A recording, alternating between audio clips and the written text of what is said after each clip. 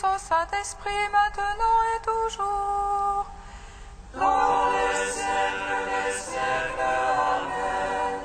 Alléluia.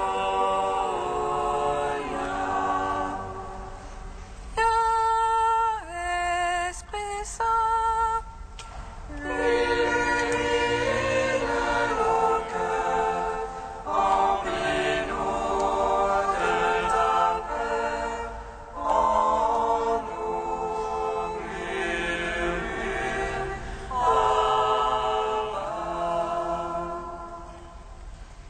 Tu es notre équilibre, ô Dieu, toi, notre défense.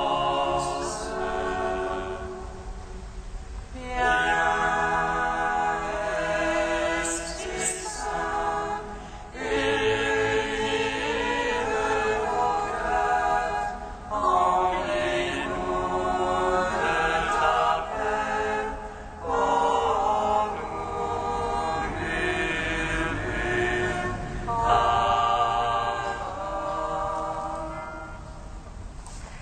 en ce jour la Vierge met au monde le Verbe qui transcende l'univers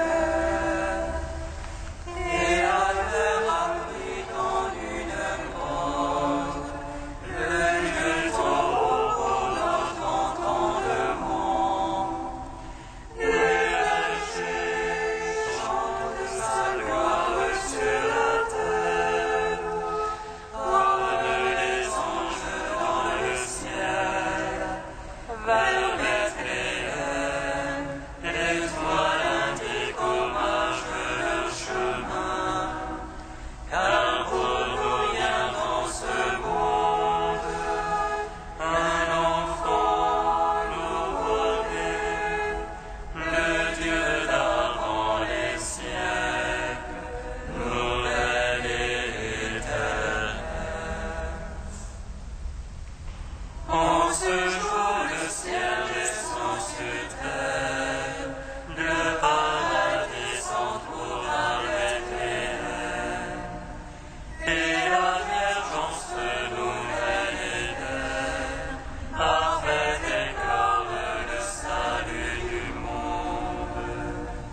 Dans les champs, un ange éveille le berger, leur annonçant la grande joie, car aujourd'hui vous trouverez couché dans une crèche, dans la ville de David, un enfant nouveau-né, le Dieu d'avant les siècles, nouvelle et éternelle.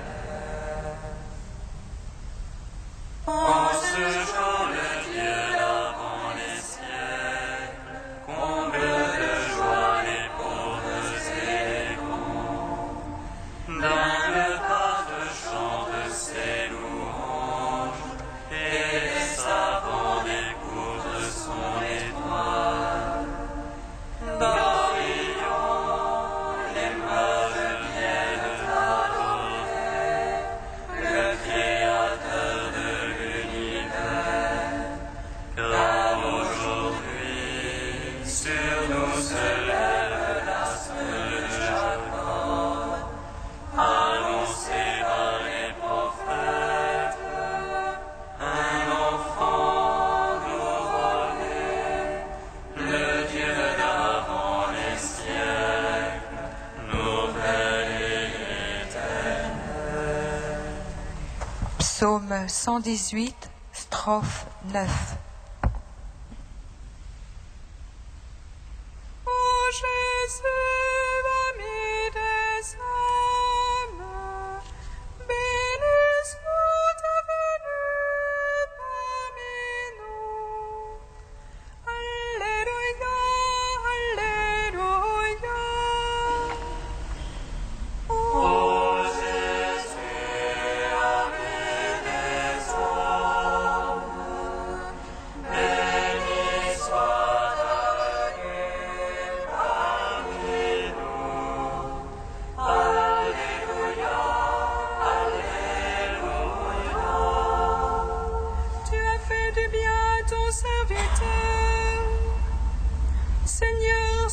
ta parole. Apprends-moi le bon sens et le savoir, car j'ai foi en tes ordres. Avant d'être affligé, je m'égarais. Maintenant, j'observe ton message. Toi, le bon et bienfaisant, apprends-moi tes volontés. Les superbes m'engluent de mensonges. Je garde tes préceptes. Le cœur est comme la graisse, mais ta loi fait mes délices. Un bien pour moi que d'être affligé, afin d'apprendre tes volontés. Un bien pour moi que la loi de ta bouche, plus que millions d'or et d'argent. Gloire au Père, au Fils, au Saint-Esprit, oh, les siècles des siècles. Amen. Oh Jésus, ami des hommes, béni soit ta venue parmi nous. Alléluia, Alléluia. Psaume 1. Jubilate Deo, jubilate omnes terra, jubilate Deo.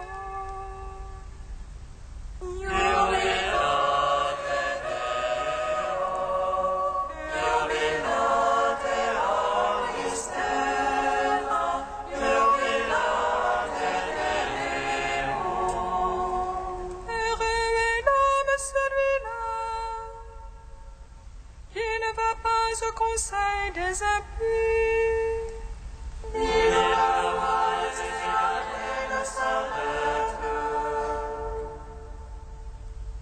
ni au vent des rivières ne s'assied. mais se plaît dans la loi du Seigneur, mais murmure sa loi jour et nuit. Il est comme l'arbre planté près du cours des eaux, Il donne son fruit en la saison, et jamais son feuillage ne sèche. tout ce qu'il fait réussit. Rien de tel pour les impies, rien de tel. Non, ils sont comme les balles, emportés par le vent de sur la terre.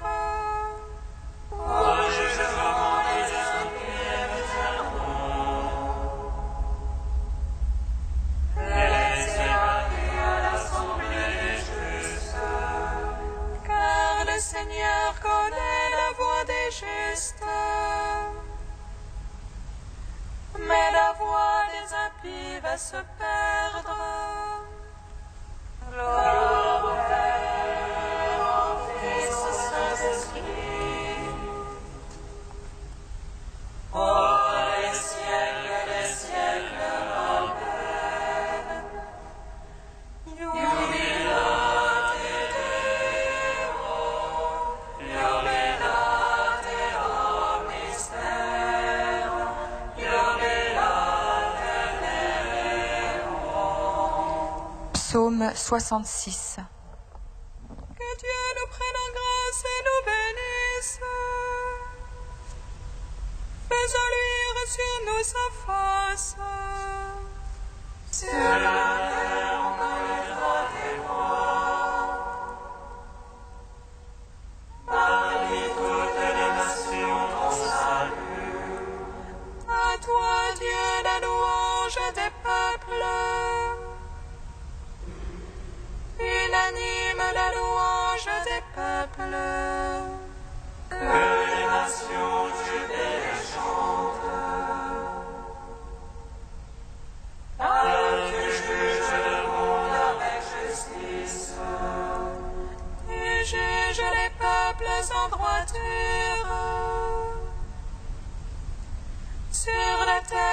gouverne les nations.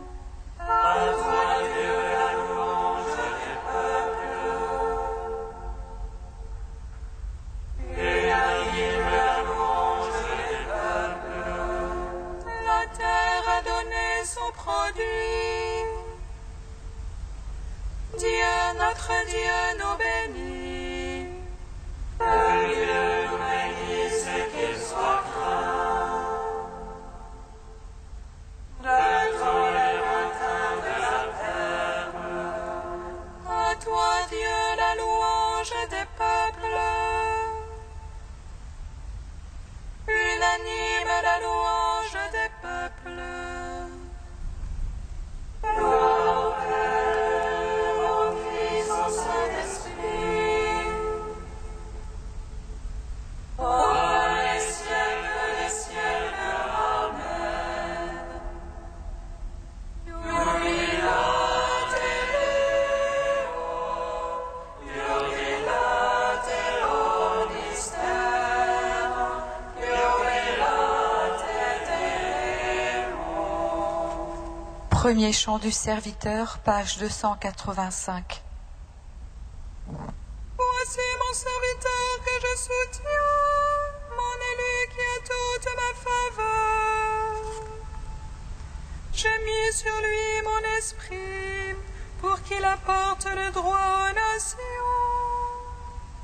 Et le qui bagne ne veut pas le tronc, ne fait pas entendre sa voix dans les rues.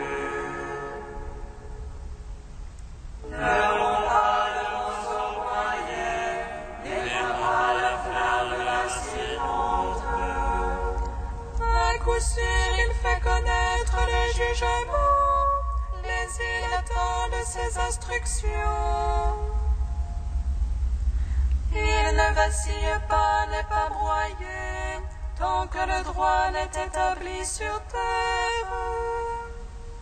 Ainsi parle le Seigneur, qui a créé et déployé les cieux. Lui qui a fait de la terre et produit sa régénération. Je t'ai appelé dans la justice, je t'ai pris par la main. Je t'ai modelé puis destiné à être l'alliance de la multitude. Je t'ai fait lumière et des nations, ouvrier les yeux aveuglés. Il est du cachot le prisonnier, de prison les habitants des ténèbres. C'est moi qui suis le Seigneur, tel est mon nom. Je ne céderai pas ma gloire à un autre, ni aux idoles la louange qui m'est due. Rendons gloire au Père Tout-Puissant, à son Fils Jésus-Christ le Seigneur. À l'Esprit qui habite dans nos cœurs, pour les siècles des siècles. Amen.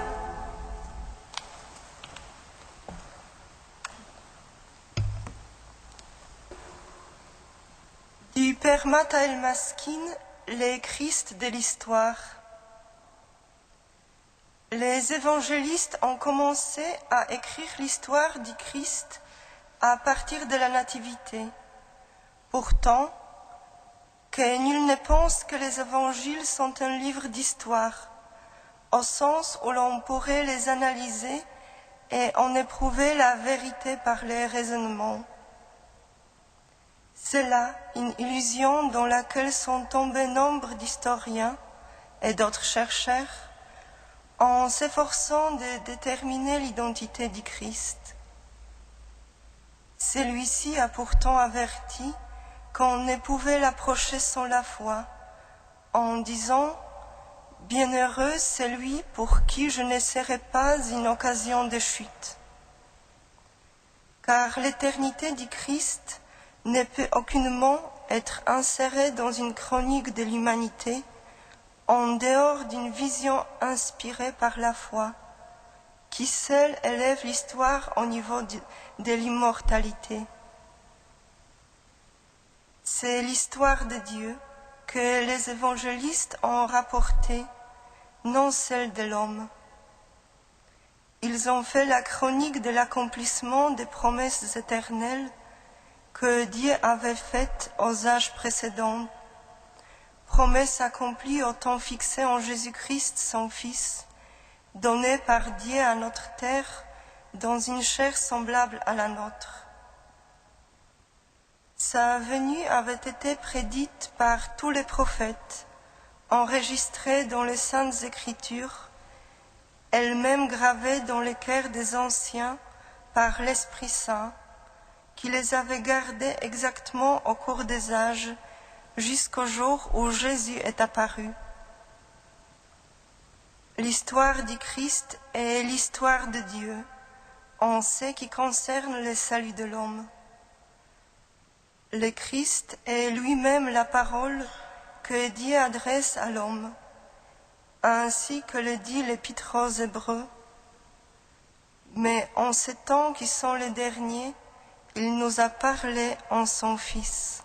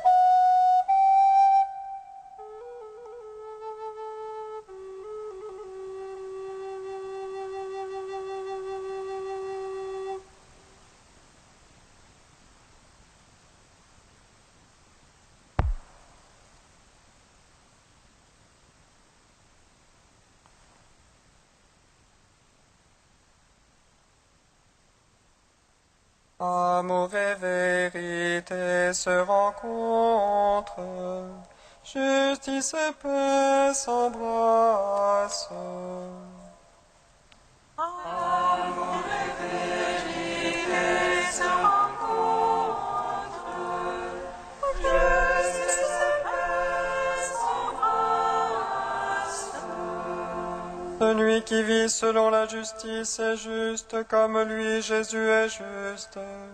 Celui qui commet le péché appartient au diable. Amour et vérité se rencontrent, justice et paix s'embrassent. Lecture de la première lettre de Saint Jean.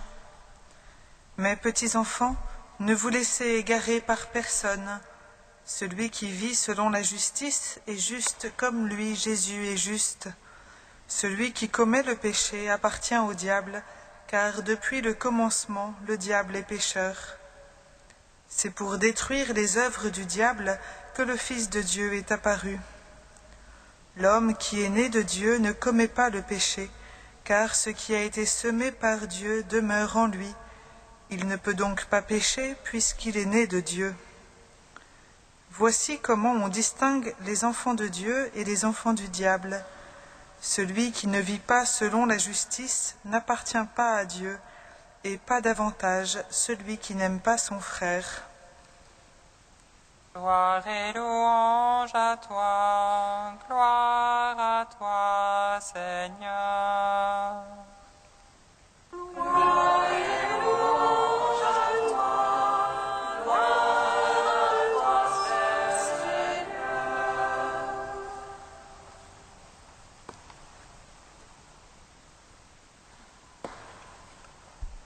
C'est pour détruire les œuvres du diable que le Fils de Dieu est apparu, nous dit saint Jean, au cœur du passage que nous venons d'entendre.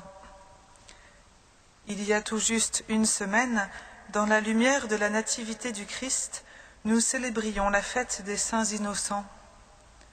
Alors qu'il vient de naître, ce tout petit enfant Jésus provoque la jalousie d'Hérode, qui fait mettre à mort tous les enfants du territoire. Le Fils de Dieu apparaît, le mal se déchaîne davantage. La lumière est venue dans le monde, et les hommes ont mieux aimé les ténèbres que la lumière, car leurs œuvres étaient mauvaises, nous dit le 4e évangile. Quiconque en effet commet le mal est la lumière, et ne vient pas à la lumière, de peur que ses œuvres ne soient démontrées coupables. La lumière révèle donc les ténèbres, mais peut-elle illuminer toutes les ténèbres?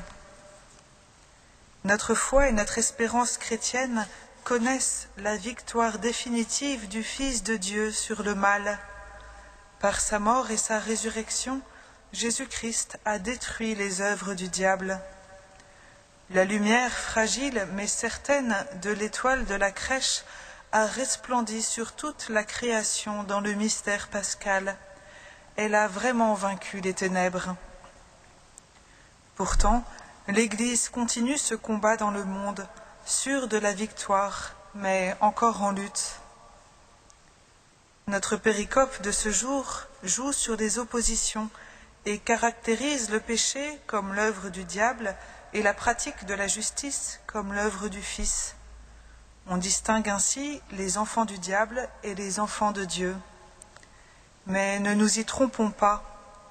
Jean, un peu plus haut dans son épître, nous dit « Si nous disons « Nous n'avons pas de péché », nous nous abusons, la vérité n'est pas en nous. » Tous nous sommes pécheurs, et tous nous sommes rachetés, sauvés par le Christ. Ce combat mené dans le monde contre le péché, nous le retrouvons d'abord dans notre propre cœur. Nos actions et leurs intentions ne sont pas toujours engagées par le bien et pour le bien. Avec saint Paul, nous ne cessons de dire « Je fais le mal que je ne voudrais pas, je ne fais pas le bien que je voudrais. » Mais ce combat, c'est le Christ qui le mène en nous, car par notre baptême, sa vie demeure en nous. Sa présence, son amour, révèle certes nos ténèbres, nos manques d'amour, mais notre certitude, c'est que la lumière est toujours plus vive que les ténèbres, qu'il a déjà vaincu notre péché et notre mort. Celui qui fait la vérité vient à la lumière, afin qu'il soit manifesté que ses œuvres sont faites en Dieu. Frères et sœurs, nous marchons avec les mages en suivant l'étoile, et avec eux, nous nous prosternons dans la nuit de notre monde devant cet enfant, lumière pour tous les peuples et gloire pour Israël. Dieu a choisi ce qui est faible pour confondre les forts. Que la certitude de sa victoire illumine notre route et nous donne de mener ce bon combat, celui de la foi. Que l'enfant de Bethléem soit en nous le foyer de charité, de lumière et de joie qui brûle éternellement.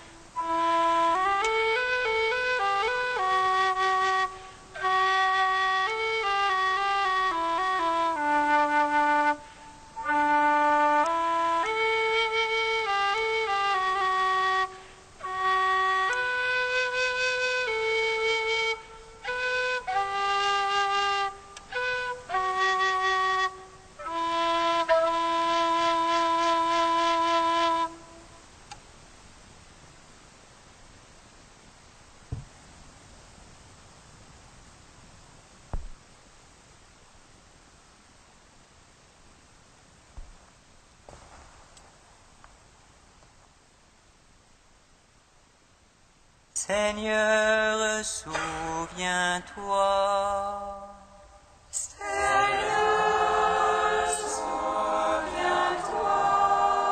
Seigneur, nous te prions pour le Centrafrique en proie à des rébellions. Suscite des artisans de paix.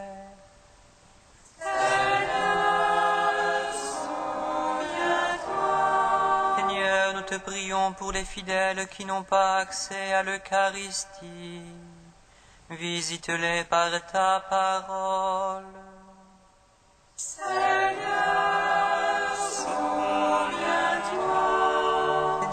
nous te prions pour nos évêques. Soutiens-les de ton esprit.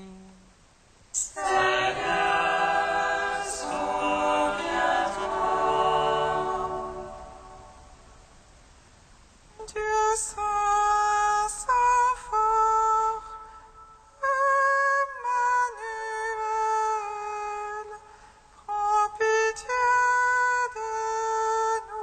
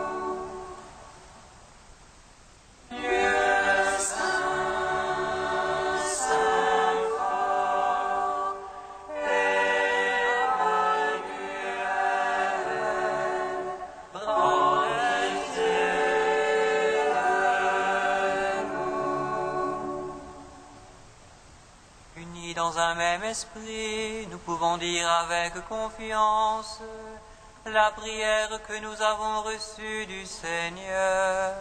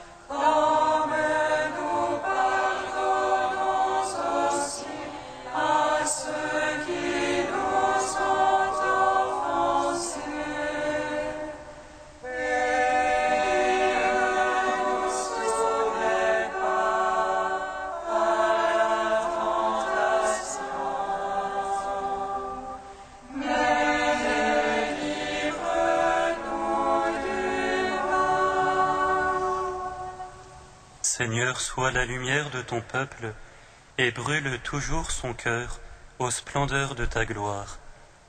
Alors il n'hésitera pas à reconnaître son Sauveur et pourra se donner à lui en toute vérité, lui qui vit et règne avec toi et le Saint-Esprit, maintenant et pour les siècles des siècles. Amen. Bénissons le Seigneur.